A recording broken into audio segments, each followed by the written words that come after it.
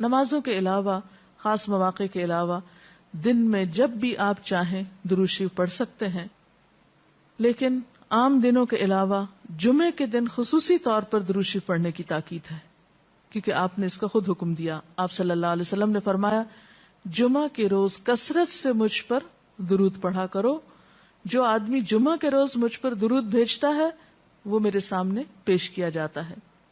اسی طرح دعا سے پہلے، دعا کے بعد، پھر جہاں کہیں آپ کا نام لیا جا رہا ہو یا لکھا جا رہا ہو یا کسی بھی طرح آپ کا ذکر آئے وہاں آپ کے لیے درود پڑھنا.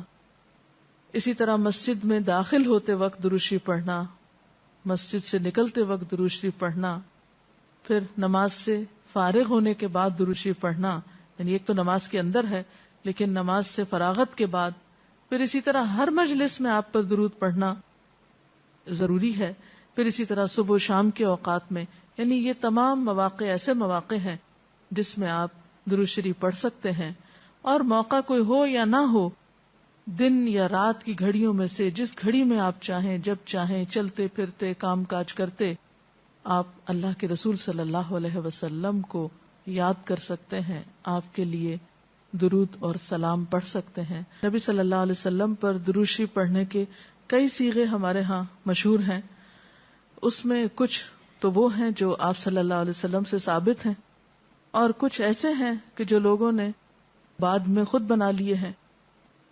تو وہ ایسے تمام ورژن یا ایسی تمام عبارتیں جو لوگوں نے خود اس معنی کی بنائی ہیں، خواہ وہ عربی میں ہے یا اردو میں ہے، تو ان کو پڑھنے کی حد تک تو پڑھا جا سکتا ہے.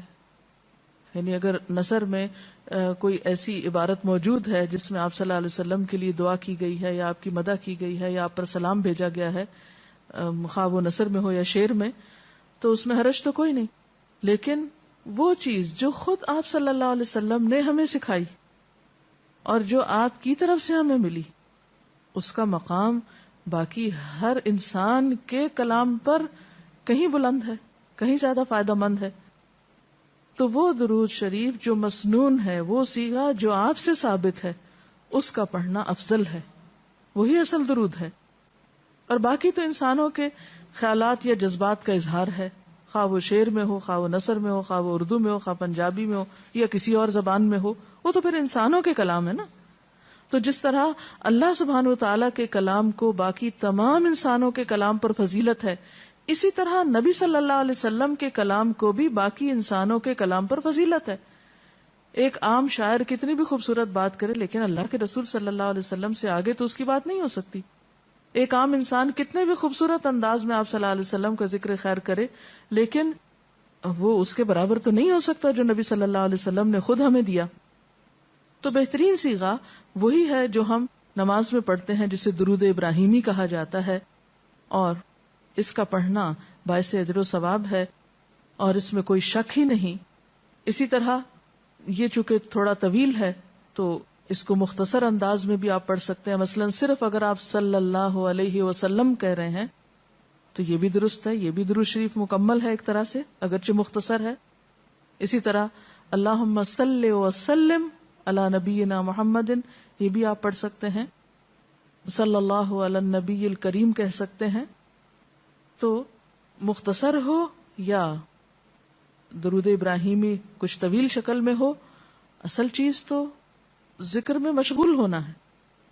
تعداد میٹر نہیں کرتی جتنا وہ احساس اور جذبہ اور عقیدت جو کہ درود شریف پڑھتے ہوئے آپ صلی اللہ علیہ وسلم کے لیے ہماری ہو سکتی ہے. تو ہمارے لیے دن میں بے شمار مواقع ایسے ہوتے ہیں کہ جس میں ہم درود شریف پڑھ سکتے ہیں. سب سے پہلا موقع تو خود نماز کا موقع ہے. اس وقت تک نماز مکمل نہیں ہوتی جب تک ہم اس میں درود شریف نہیں پڑھتے. پھر اسی طرح عام نمازوں کے علاوہ نماز جنازہ میں بھی درود شریف پڑھا جاتا ہے. پھر اذان کے بعد درود شریف پڑھا جاتا ہے. آپ صلی اللہ علیہ وسلم نے فرمایا جب مؤذن کی آواز سنو یعنی اذان سنو تو وہی کہو جو مؤذن کہتا ہے، یعنی اذان کا جواب دو، پھر مجھ پر درود پڑھو. یعنی اذان کا جواب دینے کے بعد جب اذان ختم ہو جائے تو کیا کرنا چاہیے؟ نبی صلی اللہ علیہ وسلم پر درود بھیجنا چاہیے. کیونکہ مجھ پر درود پڑھنے والے پر اللہ تعالیٰ 10 رحمتیں نازل فرماتا ہے.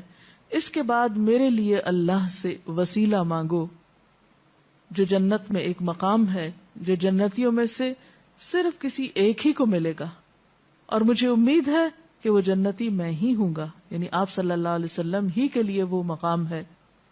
اور آپ نے یہ بھی فرمایا کہ من سألی اللہ الوسیلہ، جس نے اللہ سے میرے لیے وسیلہ کی دعا کی، یعنی درود شریف کے علاوہ آت محمد الوسیلۃ دعا ہم پڑھتے ہیں، یہ دعا بھی پڑھی جانی چاہیے. تو جس نے یہ دعا پڑھی اس کے لیے میری شفاعت واجب ہو جائے گی، یعنی قیامت کے دن پھر میں اس کے لیے شفاعت کروں گا.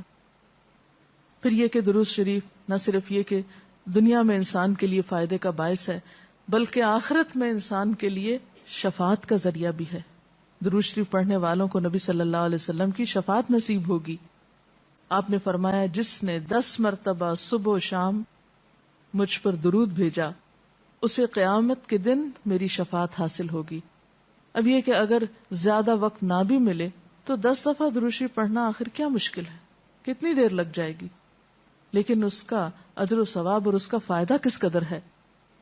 پھر اسی طرح درود شریف دعاؤں کی قبولیت کا ذریعہ بھی بنتا ہے، یعنی اگر دعا کرنے سے پہلے درود شریف پڑھا جائے اللہ تعالیٰ کی حمد و ثنا کے بعد تو اس سے دعا کی قبولیت میں اضافہ ہوتا ہے. نبی صلی اللہ علیہ وسلم کے ساتھ حضرت عبداللہ بن مسعود اور حضرت ابوبکر اور حضرت عمر تشریف فرما تھے. تو حضرت عبداللہ بن مسعود کہتے ہیں کہ میں نماز پڑھ رہا تھا، میں بیٹھا تو پہلے اللہ تعالیٰ کی حمد و ثنا کی، پھر آپ پر درود بھیجا، پھر اپنے لیے دعا کی. تو آپ نے فرمایا اللہ سے مانگو ضرور دیے جاؤ گے، یعنی جس طریقے سے تم نے دعا کی ہے کہ پہلے اللہ تعالیٰ کی حمد و ثنا کی ہے پھر درود شریف پڑھا ہے، تو اب جو بھی تم دعا مانگو گے وہ دعا قبول ہوگی.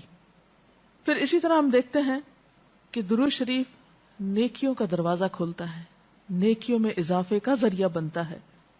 آپ نے فرمایا جس نے مجھ پر 1 دفعہ درود بھیجا اللہ تعالیٰ اس کے نامہ اعمال میں 10 نیکیاں لکھے گا.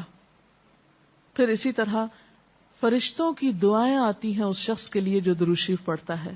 رسول اللہ صلی اللہ علیہ وسلم نے فرمایا جب تک کوئی مسلمان مجھ پر درود بھیجتا رہتا ہے اس وقت تک فرشتے اس کے لیے دعائیں رحمت کرتے رہتے ہیں. یعنی آپ درود شریف پڑھیں تو فرشتے آپ کے لیے دعا کرنے میں لگ جاتے ہیں. اب جو چاہے کم پڑھے اور جو چاہے زیادہ پڑھے، یعنی کتنی دعائیں چاہیے اس کو. دیکھیں ہم عام طور پر کتنا کہتے ہیں دوسروں سے کہ پلیز ہمارے لیے دعا کیجیے، ہمیں دعا میں یاد رکھیے، دوسروں کی ایک طرح سے منت سماجت کر رہے ہوتے ہیں. لیکن کتنا آسان طریقہ ہے فرشتوں کی دعائیں لینے کا کہ انسان درود شریف پڑھنا شروع کر دے. اور وہ شخص جو درود نہ پڑھے وہ صرف اپنے آپ ہی کو نقصان دیتا ہے. اس لیے کہ درود شریف نہ پڑھنا انسان کے بخیل ہونے کی علامت ہے. آپ صلی اللہ علیہ وسلم نے فرمایا جس کے سامنے میرا نام لیا جائے اور پھر وہ مجھ پر درود نہ پڑھے تو وہ بخیل ہے. اس سے یہ بات بھی پتہ چلتی ہے کہ اگر ہم خود درود شریف نہیں بھی پڑھ رہے لیکن اگر کوئی اور آپ کا ذکر خیر کر رہا ہے یا کوئی اور درود شریف پڑھ رہا ہے اور اگر وہ بلند آواز میں پڑھ رہا ہے تو ہمیں بھی آپ کا نام سنتے ہی دل میں درود شریف پڑھنا ہوگا. یہ بھی آپ کے ادب میں سے ایک ہے. اور قیامت کے دن اس شخص کے لیے جو درود نہ پڑھے، درود کا نہ پڑھنا حسرتوں کا باعث ہوگا. حضرت ابو ہریرہ رضی اللہ تعالی عنہ کہتے ہیں کہ رسول اللہ صلی اللہ علیہ وسلم نے فرمایا جس مجلس میں لوگ اللہ کا ذکر نہ کریں، یعنی اکٹھے ہوئے ہیں دنیا بھر کی باتیں کی لیکن اللہ سبحانہ و تعالیٰ کی کوئی بات نہیں کی، اور نبی صلی اللہ علیہ وسلم پر درود نہ بھیجیں، یعنی نہ تو اللہ کا ذکر کیا اور نہ ہی آپ پر درود بھیجا، وہ مجلس قیامت کے دن انسان کے لیے حسرت کا باعث ہوگی. انسان اس پر پچھتائے گا، خواہ وہ اپنے نیک اعمال کے بدلے میں جنت میں چلا ہی جائے. یعنی ایک شخص جنت میں بھی پہنچ گیا لیکن اس کو ایسی مجلسوں پر حسرت ضرور ہوگی جس میں اس نے اللہ کا ذکر اور رسول اللہ صلی اللہ علیہ وسلم پر درود نہ بھیجا ہوگا. اور اگر دیکھا جائے تو انسان کے اعمال میں ایسی کوتاہی اور غفلت بسا اوقات جنت سے محرومی کا سبب بھی بن جاتی ہے. آپ صلی اللہ علیہ وسلم نے فرمایا جو مجھ پر درود پڑھنا بھول گیا اس نے جنت کا رستہ کھو دیا. یعنی جس نے اتنی غفلت برتی کہ کبھی آپ کا ذکر ہی نہیں کیا اور کبھی آپ کے لیے دعا ہی نہیں کی اور کبھی آپ کے لیے درود ہی نہیں پڑھا, تو اس نے اپنے لیے کیا کمایا؟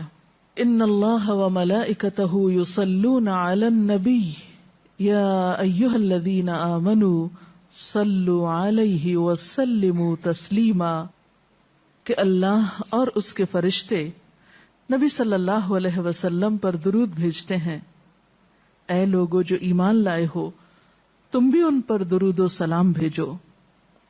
تو رسول اللہ صلی اللہ علیہ وسلم کے ذکر کا, آپ کی یاد کا بہترین طریقہ آپ پر درود بھیجنا ہے, آپ کے لیے دعائے رحمت کرنا ہے.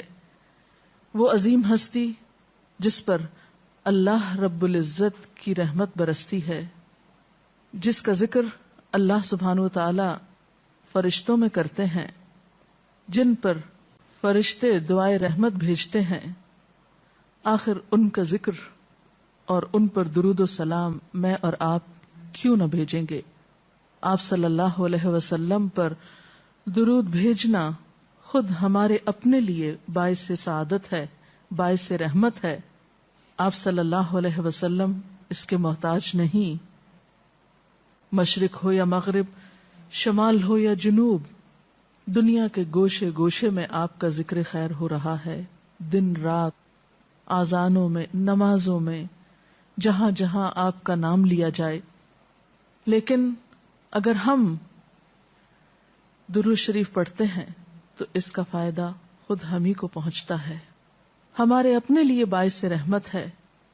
تمام غموں, دکھوں, تکلیفوں, مصیبتوں اور پریشانیوں سے نکلنے کا راستہ ہے, درجات کی بلندی کا ذریعہ ہے. رسول اللہ صلی اللہ علیہ وسلم نے فرمایا, جس نے مجھ پر ایک بار درود بھیجا اللہ تعالیٰ اس پر 10 مرتبہ رحمتیں نازل فرمائے گا. ایک بار درود پڑھنے کا اجر و ثواب, اس کے 10 گناہ معاف فرمائے گا. یعنی صرف 10 رحمتیں نہیں, 10 گناہوں کی بخشش بھی ہوگی اور 10 درجے بلند فرمائے گا, یعنی درجات کی بلندی بھی. اسی طرح درود شریف آپ صلی اللہ علیہ وسلم سے قربت کا ذریعہ بھی ہے.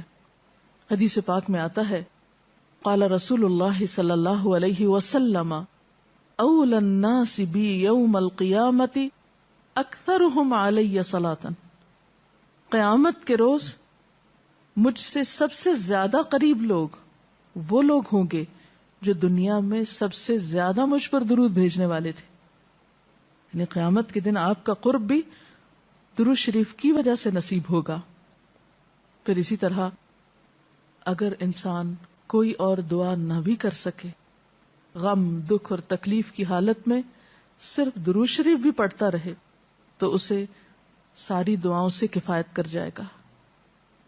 ایک حدیث میں آتا ہے, حضرت ابی ابن کعب رضی اللہ تعالی عنہ کہتے ہیں کہ میں نے آپ صلی اللہ علیہ وسلم سے عرض کیا, اے اللہ کے رسول صلی اللہ علیہ وسلم, میں آپ پر کثرت سے درود بھیجتا ہوں, یعنی بہت زیادہ آپ پر درود بھیجتا ہوں, اپنی دعا میں سے کتنا وقت میں درود کے لیے وقف کروں, یعنی جتنی میں دعائیں مانگتا ہوں ان میں سے کتنے وقت کے لیے درود پڑھا کروں, یعنی آپ پر دعائے رحمت بھیجوں یا آپ کے لیے دعائے رحمت کروں. درود کا مطلب یہی ہوتا ہے.